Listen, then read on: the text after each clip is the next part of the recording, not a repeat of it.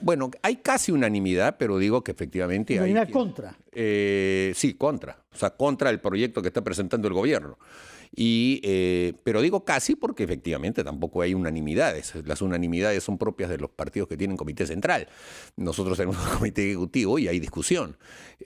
Pero en la realidad lo que nosotros estamos observando desde el punto de vista priista es que a nosotros nos tienen, aunque seamos un partido que haya tenido magros resultados en los últimos 2 procesos, nos tienen como que todavía contamos, ¿no es cierto? Aunque claro, para este diálogo no ha habido ninguna llamada, y mejor que ya ni la hagan, porque a estas alturas ya parecería que la están haciendo solamente para cumplir. Y de verdad que sí es mejor que no lo hagan, porque las 2 veces anteriores, 3 veces que hemos tenido diálogo con el actual gobierno, ha sido para simplemente escucharnos mutuamente y no lograr ningún tipo de avance. Salvador del Solar es una persona cortés y comedida a la hora de sentarse, pero no sale de su esquema y no cede absolutamente nada. Y el diálogo político es ceder mutuamente. El diálogo político no es simplemente escuchar lo que dice el otro, porque para eso lo lees en los periódicos. Y con nosotros ha pasado eso. Los diálogos anteriores trataban de convencernos de lo perfecto que era lo que ellos nos estaban diciendo y lo pésimo que era lo que nosotros decíamos, y nunca se avanzaba. Y cuando íbamos al Congreso, los veíamos que ellos iban con posiciones así de vanguardia y nunca se podía alcanzar nada. Así que el diálogo, claro, la política está alimentada, el diálogo. No puede no haber diálogo en la política, salvo que sea pues una dictadura. Pero si uno tiene el criterio de que yo tengo toda la razón, la calle está conmigo y además tengo toda una estrategia para que tú estés minimizado, y entonces te siento ahí solamente para tomarme una foto, entonces no, gracias. De acuerdo. A propósito del diálogo que usted preconiza, yo quisiera comprender el punto de vista que usted dice que es muy generalizado, sino unánime dentro del APRA. ¿Por qué fueron tan rápidos y tan seguros en interpretar que era una mala propuesta y además buscarle una serie de argumentos complementarios desacreditadores, como que no se escuchó en los Consejo de Ministros, etcétera, etcétera, etcétera? ¿Por qué tomaron esa decisión tan rápidamente? ¿Por qué están tan seguros de que es una mala idea? Porque es una salida del gobierno, como ya lo viene haciendo desde hace un año, solamente para eludir su responsabilidad en los temas del aumento de la anemia infantil, en los temas del desastre de la infraestructura de salud, en los temas de la no reconstrucción en el norte y de los temas fundamentales del país.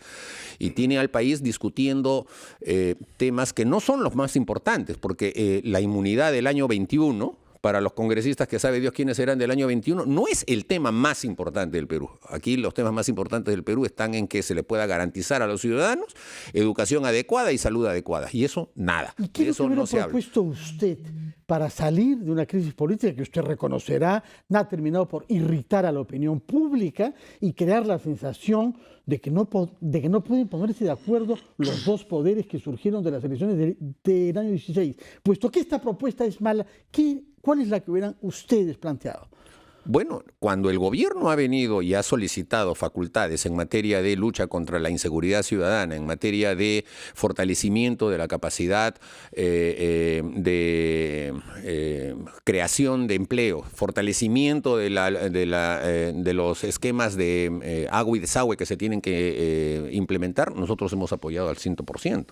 Cuando el gobierno ha venido con los temas de anticorrupción, también hemos creído que con algunas variantes eran temas absolutamente importantes, pero cuando el gobierno viene y dice, quítate la inmunidad, si no te disuelvo, o el gobierno dice, bueno, vámonos todos porque somos incapaces de gobernar, o me apruebas esto, o si no te disuelvo, entonces ya el gobierno no está dialogando, está simplemente apretando, chantajeando, arrinconando y viéndose en las encuestas y en lo que tú llamas la opinión pública, y con eso solazándose como si fuese una droga, un opio que están tomando, pero que no es el tema de fondo del país. El país sigue a la deriva. No hay gobierno en el Perú. Lo que hay es simplemente dos poderes del Estado peleándose entre sí. Una última pregunta antes de ir a la pausa y hablar con sus 2 compañeros. ¿No tiene por momentos el temor usted de que históricamente se vea al APRA yendo hasta el final de este periodo con los fujimoristas y desaprovechando la oportunidad de marcar una diferencia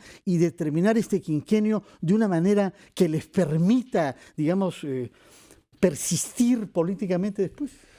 A ver, eso de ver las cosas en función de que haya otro partido político que coincida con nosotros y entonces por eso, como es un partido apestado, nosotros cambiar de posición, significa que entonces aquella suerte de frase que le atribuían a Groucho Marx que decía, estos son mis principios, pero si quiere tengo otros, sería lo imperativo en la política. Señor Mulder, No, ayer la Torre aceptó la Asamblea Constituyente propuesta por una dictadura militar para salir. Era una salida. Jugaron un rol protagónico en el año 2000 para salir de esa situación política. El APRA ha jugado un rol histórico. Sí, pero esta no es la misma situación. En este momento está jugando. Pero no es la misma situación. Salida. No es la misma situación. Porque lo que ocurrió en el año 2000 es que había una dictadura y pasábamos a democracia. Lo que ocurrió en el año 79 era que había una dictadura y pasábamos a democracia.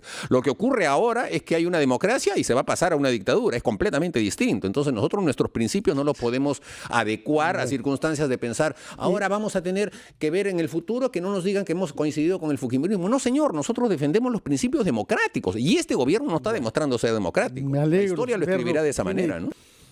Bueno, el tema de la corrupción sin duda es el telón de fondo de todo este mare magnum en el que estamos, pero ya no se está hablando mucho de ese tema, ¿no? Ahora solamente se habla del tema de la guerra entre el Poder Ejecutivo y el Poder Legislativo, propiciada por el Poder Ejecutivo, o sea, la declaración de guerra del Poder Ejecutivo contra el Poder Legislativo.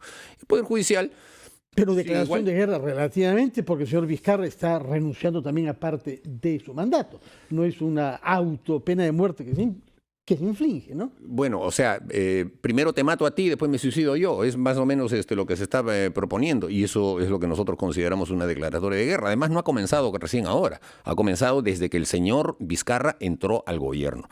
Porque no me vas a decir tú que al tema judicial que estás proponiendo y que fue desencadenado por los audios que se escucharon, ¿cuál fue su respuesta? Que los parlamentarios no se reelijan. Esa fue su respuesta. O sea, no era el tema de fondo, porque cuando plantearon el tema de la Junta Nacional de Justicia, mira cómo ha terminado.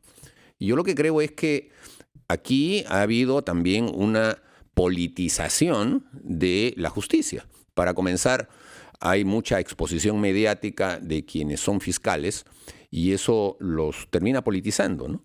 Muchos hablan de que deben ser candidatos, de que deben figurar en la política y entonces eso alimenta el ego de las personas que consideran que ahora los juicios deben ventilarse todo a nivel público, las investigaciones que son preliminares y por mandato de la ley deben ser reservadas, ahora se ventilan todas, se filtra toda, y entonces el Ministerio Público hace en el fondo una tarea muy política en el sentido de autovalorarse mostrando las cosas que están haciendo.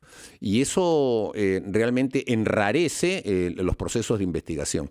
Pero en lo que se refiere a darle instrumentos, este gobierno no podrá quejarse de que el Congreso se los ha dado, porque los decretos legislativos que aprueban la mayoría de los marcos de investigación han sido aprobados por el Congreso. O sea, el Congreso le ha dado al gobierno, por ejemplo, los decretos legislativos para la investigación alrededor del tema de criminalidad organizada, donde hay la pérdida de dominio, donde hay estos temas de que se puede detener preventivamente una persona hasta 36 meses, donde hay ampliaciones de los plazos que establece el Código Procesal Penal. Todo se lo da al Congreso.